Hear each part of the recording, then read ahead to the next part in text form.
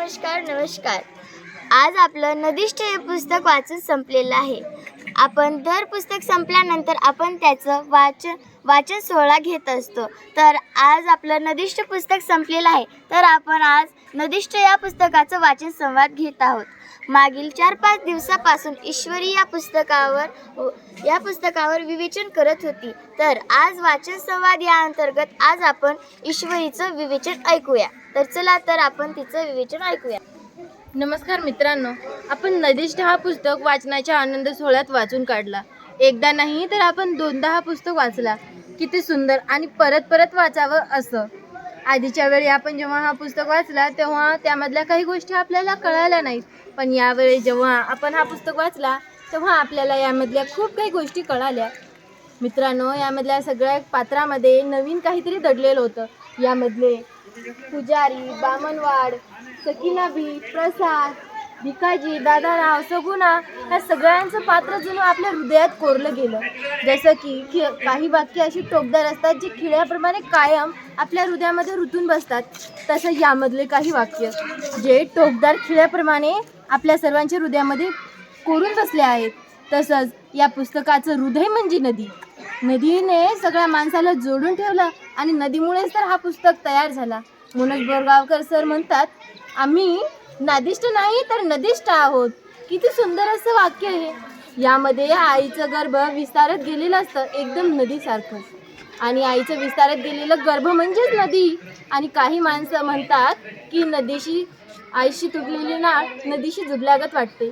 मित्रांनो, यामध्ये आपल्याला आई जन्म देते, आपण तिच्या गर्भात राहतो, पण आपण तिच्या हृदयापर्यंत थोडी जाऊ शकतो. तसंच आपल्यासाठी आपली आई असते काळजाचा तुकडा, तर आपण आपल्या आईसाठी असतो अख्खे काळीज. एवढाच काय फरक आईत आणि आपल्यात त्याच्या प्रेमात आहे, अशी मनोज बोरगावकर सर म्हणतात.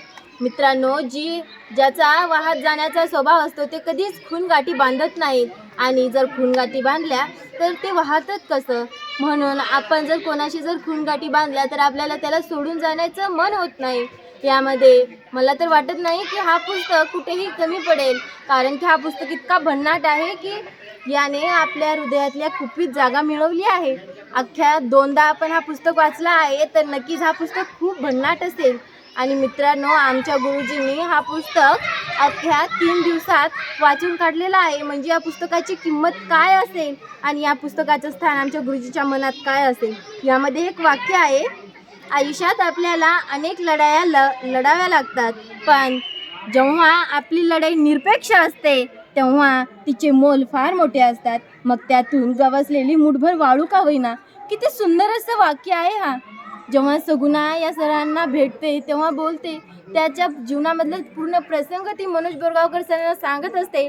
तेव्हा मनोज बोरगावकर सरांना वाटतं, सगुणासाठी ही जी त्याची जीवन कहाणी आहे ती त्याच्यासाठी उम्रभराची भडास आहे, पण आपल्यासाठी मात्र ते फक्त टाइमपास आहे. एवढा फरक का? म्हणून मित्रांनो, आपल्यासाठी जर एखादी व्यक्ती जर आपली जवळची झाली असेल तर आपण तिला जपून ठेवलं पाहिजे आणि आपलं मन आपण नेहमी उघडं ठेवलं पाहिजे. कारण काही चांगले माणसं आपल्या हृदयात त्यांची जागा मिळवू शकतात.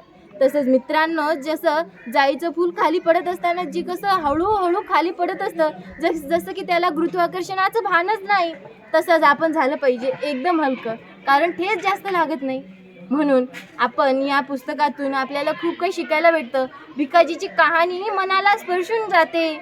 मांजरीमुळे तिचं पूर्ण आयुष्य उद्ध्वस्त झालं आणि मांजर समजून आपल्या मुलीचा अपघात हत्या त्याने केली, पण दारूचा वास येईल म्हणून मुलीचा पापा घेण्याचा टाळणारा हा माणूस आपल्या मुलीला कसा मारू शकतो.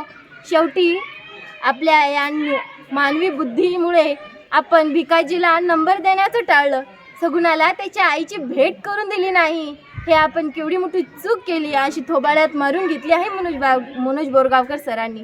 यामधल्या प्रत्येक पात्रामध्ये आपल्याला यांच्या जीवन कहाणीमधून अक्षरशः रडू येतो, कारण यांच्या जीवन कहाणीच तेवढ्या भन्नाट आहे. अशी एकही कहाणी नाही ज्यामध्ये आपल्याला मज्जा आली नसेल. आणि मित्रांनो, याच पुस्तकामध्ये मालाडी हे नाव कशा प्रकारे तिला पडलं आणि आपल्या स्वतःच्या भावाने तिला घराच्या बाहेर काढलं.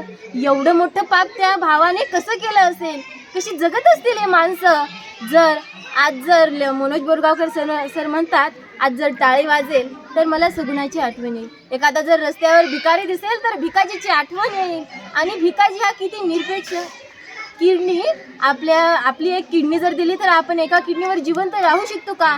किडनी सुद्धा विकत देण्यासाठी हा माणूस तयार झाला.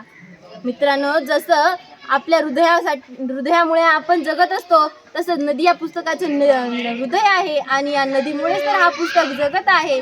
मला असं वाटतं सगळ्या माणसांना जोडून ठेवणारी एकटीच ही नदी आहे. म्हणून आपण नदीचे कृतज्ञता व्यक्त केली पाहिजे. मनोज बोरगावकर सरांनी नदी गोदामाईच्या तळाशी आपल्याला फिरून आणलं. उगमापासून ते शेवटपर्यंत आपल्याला आपल्या हृदयामध्ये, आपल्या डोक्यामध्ये, आपल्या नसामध्ये ही नदी भिनभिनत राहिली आहे. कालूभैया त्याला तर वाटतं की पुजारी, त्याची प्रियसी आणि तो नदी आणि मनोज बोरगावकर सर हे सगळे काही एक परिवार आहेत आणि त्यामध्ये कोणी जेवू नये असं कालूभैयाला वाटत होतं. आणि कालूभैया म्हणजे खबर बातमी पोहोचवणारा. कालूभैयाचा एक प्रसंग त्याच्या जीवनामध्ये घडलेला. जेव्हा म्हणजे पाऊस पडत होता तेव्हा त्याची म्हैस त्याच सुंदर अशा क्षणी वेवलेली असते. त्याचं सुंदर असं पिल्लू किती सुंदर गोंडस दिसत होतं असं यामध्ये मनोज बोरगावकर सरांनी वर्णन केलेलं आहे. कालूभैया निरपेक्ष मनाचा, जे मनात असेल ते डायरेक्ट बोलून टाकणारा. तसंच दादारावांना आई नव्हती. त्यांचं ते जीवनातलं प्रसंग मला फार हृदयस्पर्शी करून गेलं. ज्या माणसांना आई नसते त्यांची लाई आबाळ होत असतात असं या पुस्तकामध्ये म्हटलं आहे. त्यांच्या जीवनामधलं त्यांच्या आईसोबत घडलेला प्रसंग जेव्हा त्यांच्या शेजारचे काकू त्यांना सांगत असतात तेव्हा हृदय भरून येत असतं. आई मेलेली होते पण तरीसुद्धा तिच्या स्थानातून आपल्या मुलासाठी दूध उरलेलं होतं आणि कशी त्या आईला बाजार कुठला हे त्यामध्ये दिलेलं आहे.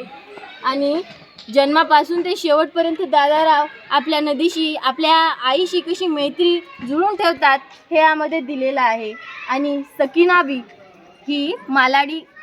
ही सकीनाबी अगदी निरपेक्ष मनाची ना, काहीशी नटखट आणि थोडीशी लाजाळू सुद्धा. ती सरांना आरूतुरं बोलायची तरीसुद्धा त्या शिवीची त्यांनी काही वाईट न म्हणता चांगल्या प्रकारे तिला घेतलं आणि तिची आठवण सरांना कायम स्वरूपी त्यांच्या सोबत राहिली. तसंच बामणवाड, एका स्त्रीवर अत्याचार झाला म्हणून त्यांनी स्वतःला शिक्षा करून घेतली. एवढं मोठं मन मी कोणाचंच पाहिलं नाही. आपण त्या स्त्रियेची मदत केली नाही म्हणून 2 महिने त्याने काही जेवलं नाही, खाल्लं नाही. आपल्या स्वतःला केवढी मोठी शिक्षा करून घेतली होती बामणवाडनं. आणि तो एक भोई होता, झिंगे पकडायचा, माशा पकडायचा, त्याला सगळ्या माशांची माहिती होती. तसंच प्रसाद त्याच्या जीवनामधला जो प्रसंग आहे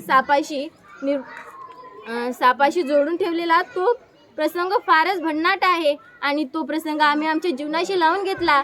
असं वाटत होतं की ते आम्ही जगत आहोत. म्हणजे किती एवढा छोटा मुलगा 9वीत असलेला तो साप पकडू शकतो हे आम्हाला ऐकून म्हणजे आमच्या डोक्याला मुंग्या आल्या. म्हणजे एवढा छोटा मुलगा साप पकडू शकतो. एक छोटा मुलगा जर एवढं काही करू शकत असेल तर आपण सुद्धा माणूसच आहोत. आपण सुद्धा खूप काही मोठ्या गोष्टी करू शकतो, म्हणून आपण त्या केल्या पाहिजेत. नियती आपल्याला संकटाच्या काळी पाय काढण्याची संधी देते, पण त्यांनी तसं न करता त्यांनी लढा दिला आणि त्यामुळेच तर प्रसाद आज मनोज बोरगावकर सरांच्या हृदयाच्या कुपीमध्ये राहू शकला. प्रसादाच्या जीवनामधला तो साप पकडण्याचा प्रसंग, जेव्हा त्या सापाचं तोंड शिडलेलं असतं तसंच अख्ख्या समाजाचं तोंड शिडलेलं आहे असं या पुस्तकामध्ये त्या सरांनी मांडलेलं आहे. मित्रांनो, हा पुस्तक खूपच भन्नाट आहे. हे वाचत असताना आपल्या डोळ्यासमोर सगळे काही प्रसंग अगदी ताऱ्यासारखे तरळत असतात. जेव्हा आसमानामध्ये तारे हे आपल्याला रात्रीच्या वेळी दिसतात आणि ते तारे कधी जमिनीवर येत असतात का? नाही ना. तसंच या पुस्तकाचं स्थान त्या ताऱ्यासारखं आहे आणि याचं स्थान आमच्या हृदयामधून कोणी काढू शकणार नाही असं याचं पुस्तकाचं स्थान आहे. आणि शेवटी फकीर येतं आणि तो फकीर, त्याची सुद्धा कहाणी आम्हाला जाणून घ्यायची आहे. नक्कीच मनोज बोरगावकर सरांची आणि माझी जर भेट झाली तर मी नक्कीच त्यांना फकीरविषयी विचारेन. आणि मी मनोज बोरगावकर सरांना विनंती करते की आणि या पुस्तकाचा पार्ट 2 काढावा, कारण त्यामधून आम्हाला अजून काही गोष्टी कळतील. मित्रांनो, नदी गोदामाई ही सगळ्यांना जोडून ठेवणारी होती. आणि या पुस्तकातलं सगळ्यात पहिलं आणि सुंदर असं वाक्य म्हणजे चलो कायनात बांट लेते हे तुम मेरे बाकी सब तुम्हारा. किती सुंदर असं वाक्य आहे आणि याच वाक्याने मी माझ्या या सुंदर अशा भाषणाला थांबवते. धन्यवाद.